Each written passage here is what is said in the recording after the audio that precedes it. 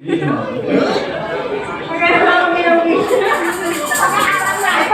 okay. Thank you so much. Naaaari na po sila magpiupo.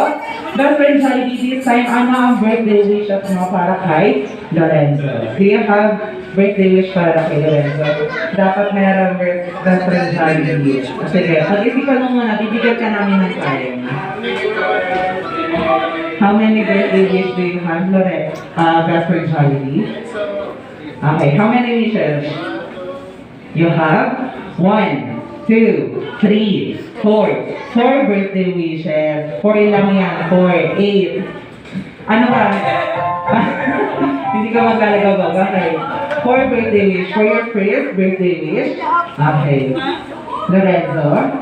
For your first birthday wish, Lorenzo, when you grow up, Jollibee wants to become what? Handsome, of course. At macho. At may abs, katulad ni na best friend. Si Daddy, of course. Palapakan naman natin sa best friend Jollibee. Ayan, okay. For your second birthday wish, Lorenzo, when you grow up, Jollibee wants you to become what? Hindi. Hindi.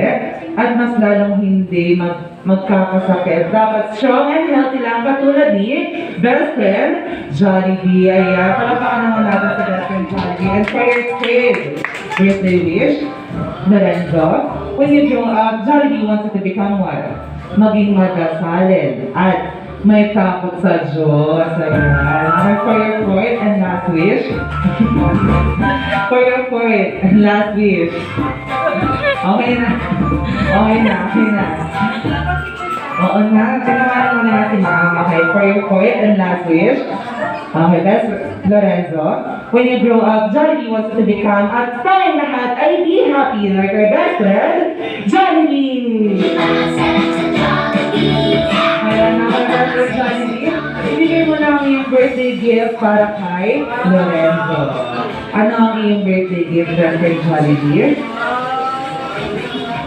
Ayan, Daddy, pakikuha na lang po yung gift na best friend Jollibee.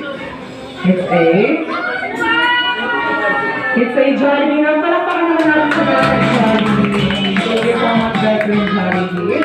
So this time, you should take it home with the gift and with best friend Jollibee. Ayan, okay, picture taking na lang po.